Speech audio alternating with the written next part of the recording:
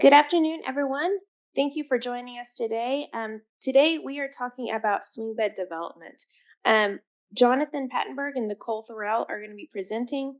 We are a somewhat larger group than usual, if you have any questions, we're still small. If you have any questions at all, please put something in the chat or feel free to unmute your lines. If you're watching this recording and you have any questions at all, please do not hesitate to reach out. And with that said, Nicole and Jonathan, I will turn it over to you. Thanks, Laura. I'm excited to present today. When we talk about swing beds and we talk about opportunities for hospitals, it's really important to know that swing beds really serve as a vital resource for many communities across the country. And oftentimes, the difference between a swing bed program is the ability of a patient to get post-acute care services are often being left in an area where they're unable to receive those services. Now, we have several objectives today, and really our goal is to outline really the benefit and the intent of the swing bed program, but also identify specific ways at which we can look to develop our swing bed program going forward. Now, my name is Jonathan Pamberg. I'm a former hospital CFO, COO at the critical access hospital level, and then Nicole Thorell is a former CNO and is also a nurse practitioner and has a lot of unique experiences around how not only to develop the program, but also different ways that you can leverage that program going forward. Next slide.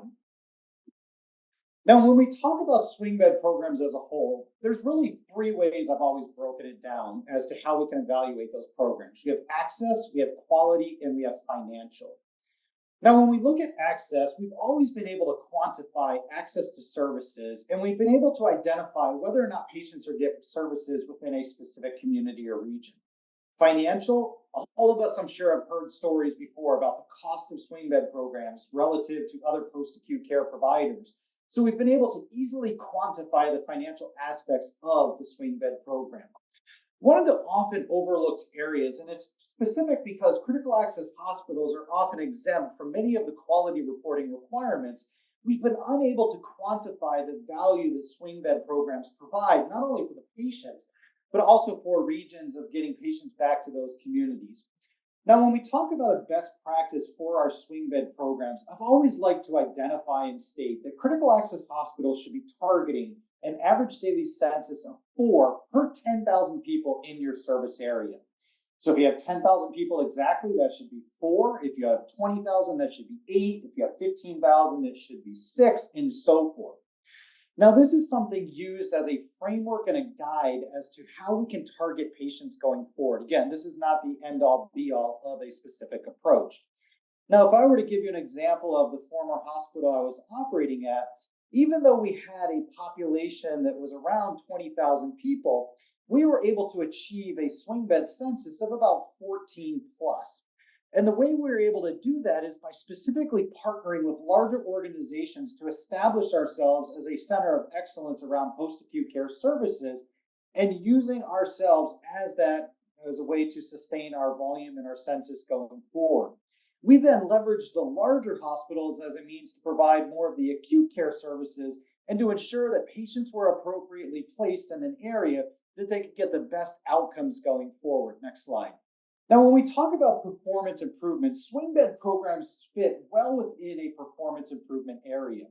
Unfortunately, we operate in an environment where there's a disconnect oftentimes between finance and quality or clinical. And swing bed programs is a perfect example of that.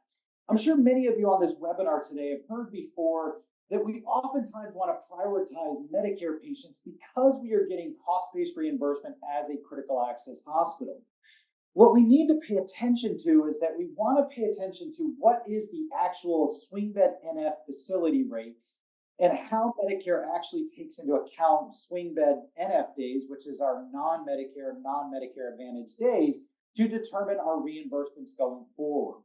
And I'll get into this in a few moments, but as long as we receive greater from either a commercial payer or Medicaid or some other non-Medicare payer than what our swing bed NF rate is, we can actually make margin for those swing bed patients. So what we want to look at is we want to incorporate these reimbursement methodologies as to how it plays out and how it impacts reimbursements going forward. Next slide, please. Now, when we talk broadly about performance improvement, swing beds are a perfect example as to where we can focus on a quality improvement initiative. Whether we focus on average daily census increase or patient outcomes or improvement or returning patients back to the community or so forth. We want to look at performance improvement opportunities as a means to drive many of these initiatives going forward. Now, if we were to focus on swing bed growth and target growth within that area, what we don't want to do is just focus on one of the four quadrants, whether it be operating, financial, value, or market. We want to ensure we focus on all of the different areas to ensure that we establish an effectively driven program and to continue to serve as that vital resource going forward. Next slide. Now, when we talk about swing bed value, value is ultimately determined based on cost over quality. As we talked about a few moments ago, it's hard to quantify the quality of care the patients are receiving within a swing bed program. Oftentimes, our swing bed programs are having more difficult to care for patients. But when we look at that from a quality aspect and compare our facilities to others, our facilities generally have a higher nurse to patient ratio, or higher in a sense as in more nurses to patients. And we generally always have broader access to providers, whether it's APPs or MD physicians, that can provide care to those patients as needed. Next slide. But when we look at that overall value and we look at quantifying those services, there's been continual pushback from the federal government and payers relative to the cost of those swing bed services. In fact, OIG came out with a report back in 2015 that stated that over a 6-year period, Medicare had spent about $4.1 billion more on swing bed services at critical access hospitals than if they were actually made at a SNF under the PPS reimbursement methodology. Even if they were to change the reimbursement methodology, this is not an apples to apples comparison. And the problem with it is because they don't look at it from a dynamic aspect in how Medicare actually reimburses our hospitals. Next slide. So again, when we look at those financial aspects, we have to take into account how things look going forward. Now, back in 2019, Ira Moskovitz with the University of Minnesota ended up doing a national study. And under that national study, he wanted to specifically look at the services that were provided by critical access hospitals and compare those to other post-acute care providers. Next slide. And through that analysis, they looked at several different factors. They looked at discharge disposition, they looked at the 30-day follow-up status, and they looked at functional status. And again, it was really under the framework of trying to quantify the quality of care provided to those swing bed patients. Next slide. Now, when we look at the analysis and we look at the information that came out, there are several different things that help build upon the case that patients that are receiving services within a swing bed program receive higher quality of care.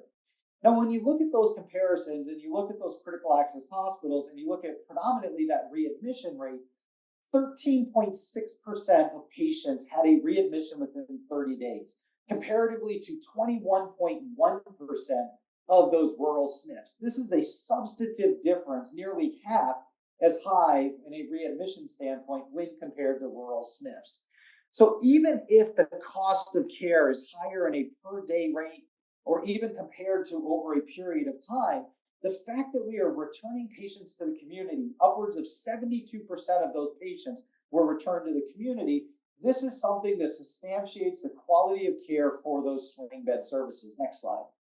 Now, if we look across the country and we look at all of those organizations that are achieving that 4 per 10,000, even if we look at just Oklahoma, we could see that several hospitals have the opportunity and are missing that 4 per 10,000 patients.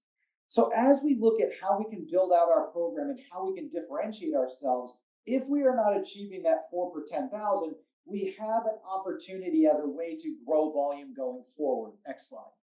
Now, when we talk about the program and we talk about swing bed as a whole and how we can actually grow that program, critical access hospitals and more importantly, swing bed programs are upwards of 80 to 90% cost-based within that swing bed program. And when we add on an additional patient, most of the overall cost has already been incurred by our facility. So we're able to increase patients at nominal amounts of increased expense and continue to dilute down that average cost per unit of service, which again continues to increase our position going forward. Now, because broadly most of our expenses are fixed, we have the opportunity to increase volume at negligible cost for our facility. Now, let's say we're operating right now at an average daily census of 4 for our entire facility, acute and swing and observation. If we were to add on another patient, let's just say we add on that fifth patient, most likely we are not going to have to bring in an additional nurse or additional care staff. Most likely we'll be able to incorporate that within our current staffing profile. Now, again, we may have negligible costs, whether it's meals, pharmaceuticals, and additional costs to that degree, but broadly, most of our expenses have already been incurred. Next slide. So this is where we can look at that as a means to drive volume at nominal cost increases for our facility. Now, when we look at targeting swing bed volume going forward, you heard me a couple moments ago talk about the swing bed NF rate. This is something that we can leverage as a strategic differentiator for our facility. Now, if we look across the country, most of those swing bed NF rates range anywhere from 150 to, let's say, $300. Now, up on the screen, we have an example where an organization had a daily cost-based rate of $1,000. Now, let's say they were able to negotiate a $500 daily rate from a commercial payer, and their swing bed NF rate is $250. Relative to the cost report, this organization would make $250 profit relative to that cost report impact. Now, I know of organizations that have been able to negotiate up to $1,000 daily rate from commercial or other types of payers, and they are only getting hit with a $250 daily rate.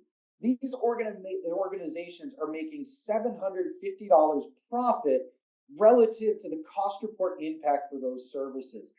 The fact that you are carving out your swing bed NF days at that daily rate and not including those days when determining the routine rate for the organization is how our med surge departments can be anywhere from 80 to upwards to 90% cost based across the full continuum of that hospital. Next slide.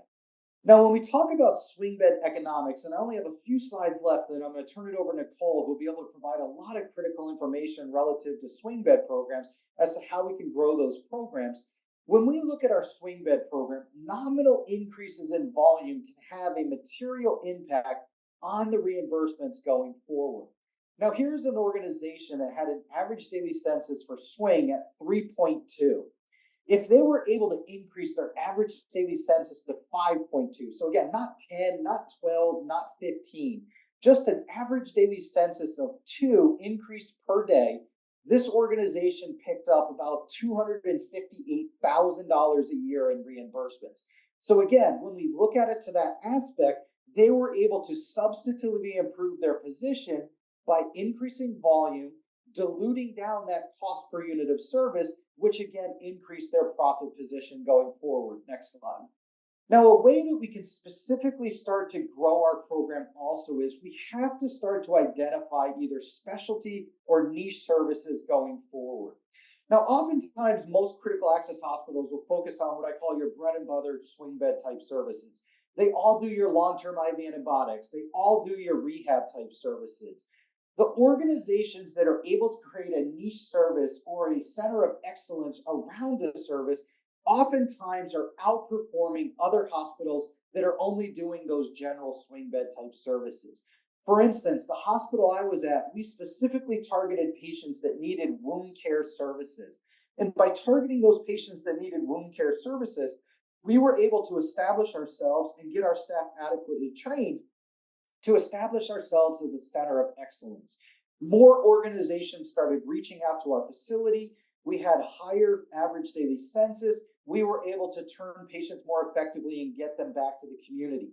What other type of services can you define as a niche type service? Can your organization focus on bariatric swing bed patients? Can you focus on trachs? Can you focus on different opportunities as a way to differentiate yourself from other facilities and other post-acute care facilities? Next slide, please. So next, I'm going to turn it over to Nicole, and she's going to go through the different eligibility requirements and then also identify specific steps or focal points that we can look at as a means to increase patients' demand at our facility, getting around things as the admission process, the solicitation of patients, and so forth. So again, I want to turn it over to Nicole, and she will be able to jump in and drive the next part of the presentation. Thanks, Jonathan.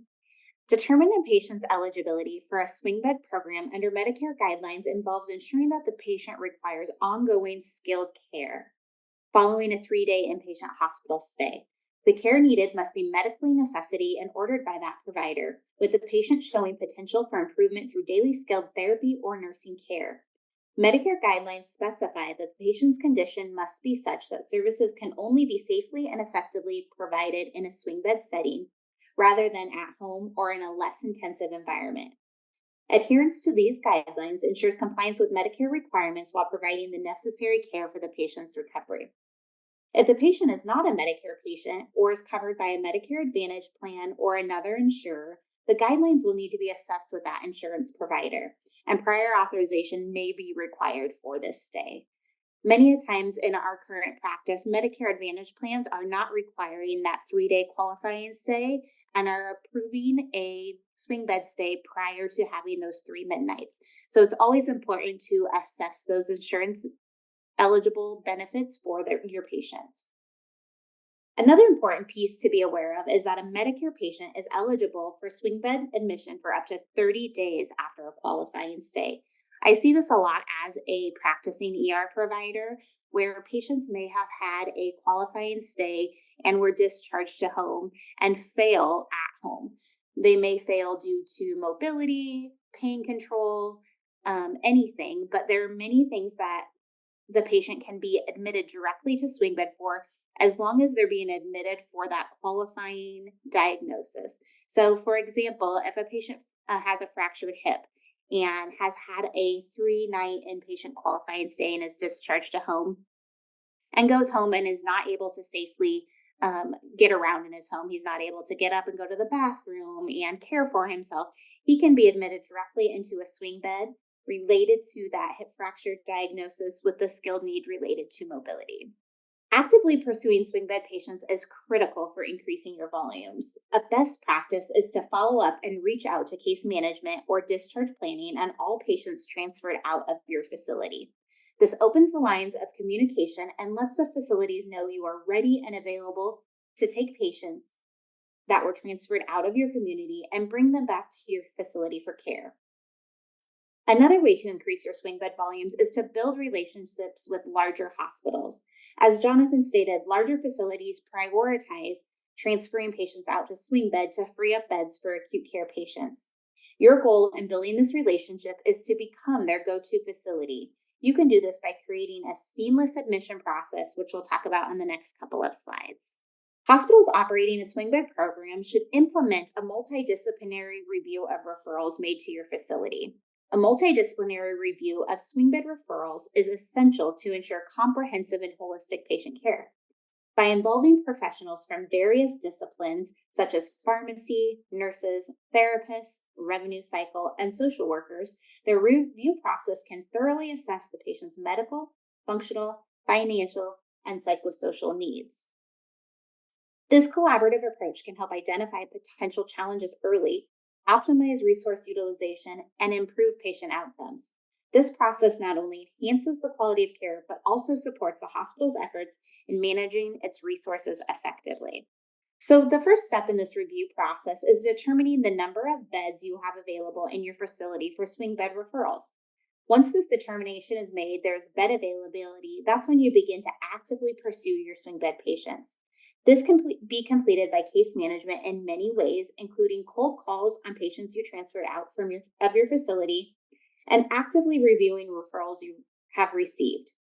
Referrals can come from many different modalities, including electronic referrals through an EHR, established case management relationships, and patient requests for placement at your facility. Once it is determined that patient has the skilled need within the care capabilities of your facility, you start that multidisciplinary review, ensuring that is completed quick and timely. The pharmacy review consists of reviewing the patient's medications to ensure the facility has the appropriate medications to care for that patient. This review also takes into consideration the cost of the drugs, and if there are any drugs that the PA does not currently have, what is the process and the time frame for obtaining those medications if the patient is accepted. The business office looks at the patient insurance and what benefits that patient is eligible for. This includes determining if a prior authorization is needed and what that process is. If the patient has Medicare, it also includes reviewing their Medicare benefits to see how many skilled days they have currently used or currently have available. This is very important for your Medicare patients to ensure this is being reviewed. The medical equipment review ensures the CAW has the proper equipment to care for the patient. As Jonathan stated earlier, if you are positioning yourself as a center for wound care, you may have patients that need specific wound care beds. Does the CAW have those beds? If not, how can the CAW obtain that equipment, and what does that additional cost look like for that patient? The rehabilitation review looks at the therapy needs of a patient. How is the patient's mobility currently? What services are they requiring? Do they require PT? Do they require OT? Possibly speech? Do we have all of those services available at our facility? And does this patient meet the rehab potential and ability to participate in a restorative plan of care?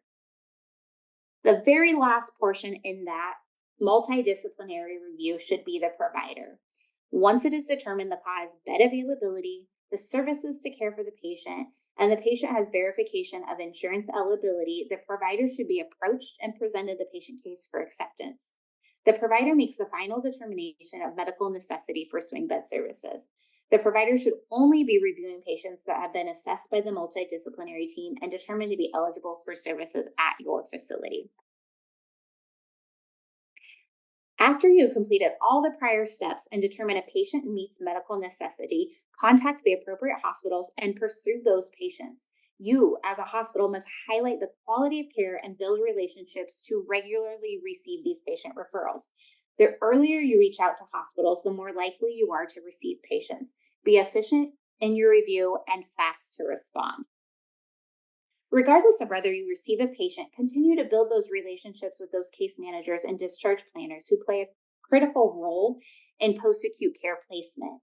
These connections ensure that your facility is top of mind when case managers need to place patients in swing beds, leading to consistent referrals for your facility. Strong relationships also facilitate better communication and collaboration, making the transfer process smoother and ensuring that patients receive timely and appropriate transfers. Marketing your swing bed program is crucial to increasing patient referrals and maximizing your bed utilization. It helps raise awareness among larger hospitals, physicians, and the community about the benefits and availability of your services. Effective marketing can position your facility as a preferred choice for transitional care, leading to sustained patient flow and improved financial stability. At my previous organization, we did a large marketing campaign in which we discussed coming home for your care, and we received many self-referrals with this marketing campaign as patients were more aware of their benefits after an acute care stay. Share your success. There's no better way to market your program than to celebrate and share your wins. This could be things like patient testimonials. These are so impactful of patients sharing their own story of how they succeeded in your facility. Or measurable outcomes such as your percent of patients that return to the prior level of care. Whatever positive outcome you are having in your program, make sure you are sharing it. Another powerful marketing tool is the swing bed certification program that showcases your hospital's commitment to providing high-quality transitional care. Compliance with the standards and certification highlights the specialized services and expertise your facility offers. This sets you apart from others in your region. By promoting your certification, you can attract more referrals and build trust within the community, reinforcing the excellence of care being delivered at your hospital. Enhancing the swing bed experience for patients begins with fostering that shared vision among staff that prioritizes the patient-centered care. By developing a personalized care plan tailored to each patient's unique needs and goals, the team can ensure the care is both effective and compassionate. A multidisciplinary approach involving collaboration among nurses, therapists, providers, and social workers ensures comprehensive care that addresses all aspects of the patient's recovery. Involving families in the care process for your swing bed patients further enriches the experience, offering emotional support and helping to align care with the patient's personal preferences and values is something that is very important to a swing bed program. This holistic approach not only improves patient outcomes, but also creates a more positive and supportive environment for both patients and their families. I don't have. As Jonathan shared earlier in the presentation, how the swing bed program can help your organization meet the mission financially, I want to end with a patient story that demonstrates how a swing bed program can help you meet your mission in caring for the patients in your community. This is a story about a dear friend of mine. He's a bilateral below the knee amputation from a previous accident when he was younger. A couple of years ago in the fall, he was in his 70s and was very active until one morning he had a hemorrhagic stroke. He spent 6 weeks in the hospital, intubated and then trached, unable to swallow, unable to speak, and receiving all his nutrition from tube feeding prior to transferring to an acute rehab facility. After less than a month, he was not able to participate in the length of required therapy and was going to be sent to a nursing home.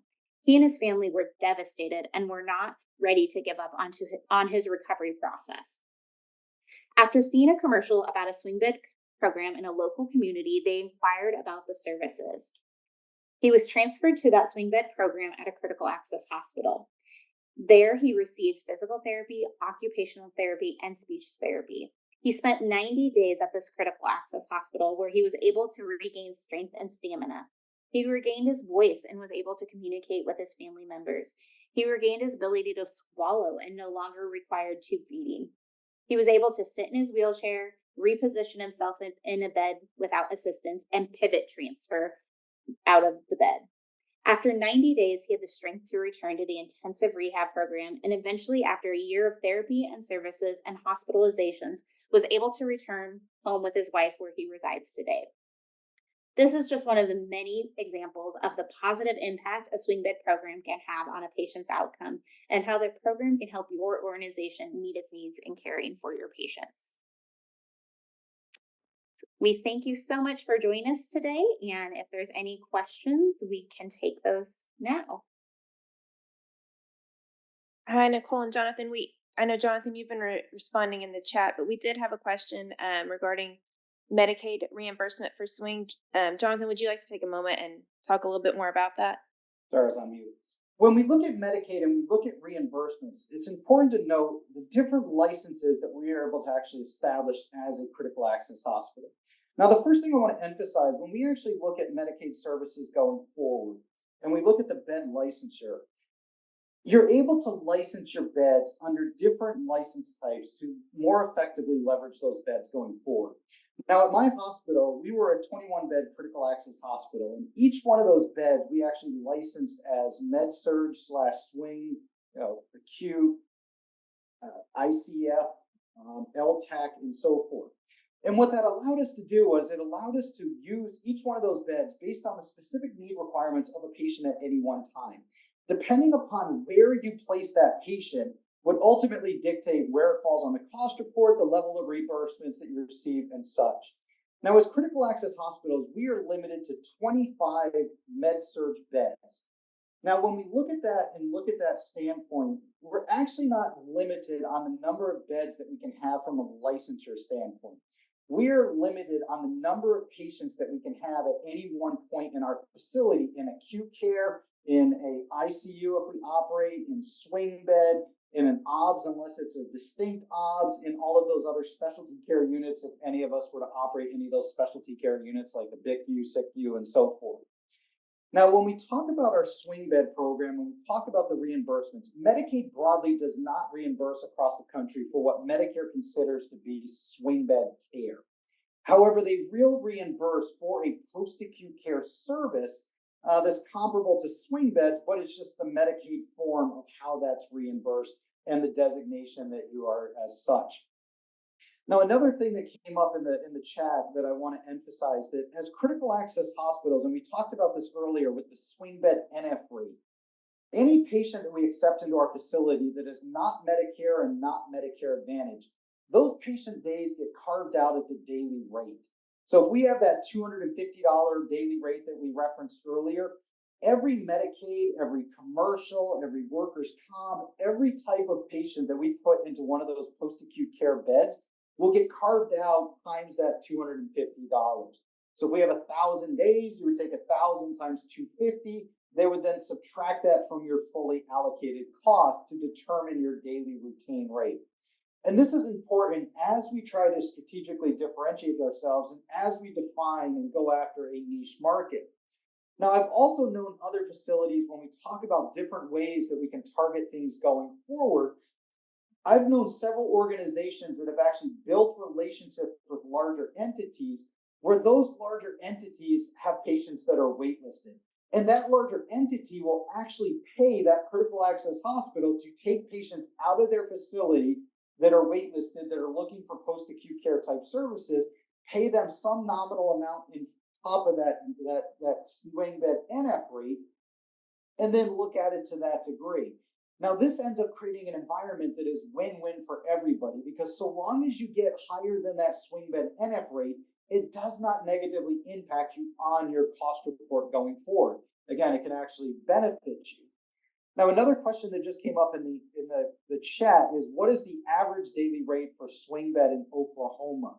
I assume that you're talking about from a Medicare perspective, and the rates range anywhere from as low, I think I've seen about $1,100, $1,200, up to $3,000, $4,000 per day.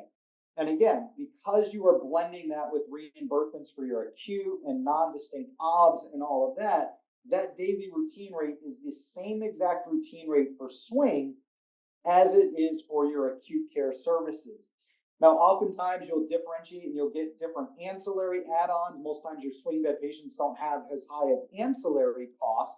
But again, whether you accept a acute care patient or whether you accept a swing bed patient, from the perspective of Medicare, you are still receiving cost-based reimbursement. So it doesn't matter which patient you take. At the end of the day, you're ultimately going to get cost-based reimbursement. If we look at the swing bed NF rate, that Medicaid NF rate, I think in Oklahoma it ranges about 175 to about 220, if I recall correctly. Now, I'd also like to say that critical access hospitals can oftentimes be the most expensive provider and the cheapest provider of care. Does not matter whether we're talking about rural health clinics, does not matter if we're talking about our emergency department or other services to that degree. Ultimately, what usually dictates whether or not we're their cheapest or most expensive provider of care is the volume that we have within our facility. As we increase volume, we can dilute down our cost per unit of service and make ourselves a more cost-effective provider. And unfortunately, this is what's happening in the inverse for our swing bed program. When we talk about our swing bed program, if you're in a system relationship or an ACO or you talk to your Medicare Advantage plans, they are oftentimes trying to pull volume out of your hospital. Let's say right now you have a $2,000 daily rate for swing bed services. They're saying, wow, you're too expensive compared to other providers. And as you pull those costs out, your cost is only going to go up the next year because, again, your cost is fixed. So maybe next year your cost goes to $2,500. Then they say, geez, you're more expensive than last year. Let's pull out more volume. Then the next year your cost goes to $3,000. Because there is a direct correlation between reimbursements received and your expense structure and volume, the more volume we pull out, the more expensive we are going to get as a critical access hospital. I know critical access hospitals that have daily routine rates in the $700 to $800 range, which is actually less than what the average DRG payment is for certain services that are provided. So what we want to do is we want to look at ways to flood volume to our facility as a way to start to reduce down the reimbursements and reduce down that ultimate cost profile. So another question asked was, does Medicare subsidize Medicaid post-acute care due to how the cost report works? And yes, Medicare does subsidize a portion of all of the non-Medicare business. Now, what I will emphasize is they subsidize it so long as the Medicare routine rate is greater than what that NF carve-out rate and what you're receiving from other payers. So let's say your average cost of care is $2,000. That's your daily routine rate. If Medicare is only going to pull out $250 of cost, they are subsidizing the other portions of that cost by pulling out the Medicaid days and pulling out that $250 per day. So again, it does not cost us $250 per day to provide care to a Medicare patient in a post-acute care setting. Probably costs 1,000, 2,000, whatever the case may be. But Medicare is only charging us $250 on the cost report by removing that from the fully allocated cost. So yes, Medicare does subsidize the cost of other post-acute care patients by applying that cost report NF factor to remove all of the Medicaid managed care, any non-Medicare business within that post-acute care setting. Are there any other questions while we have both Jonathan and Nicole on the line? If you think of a question after you get off this call, or if you're watching this recording and you have any follow-up questions, please let me know. I am happy to place you in touch with Jonathan and Nicole. Thank you both for your time today, and I'll check one more time if there are any questions. Also, feel free to unmute your line. All right. Well, thank you all today, and everyone have a great rest of your day and rest of your week. Thank you all. Thank you.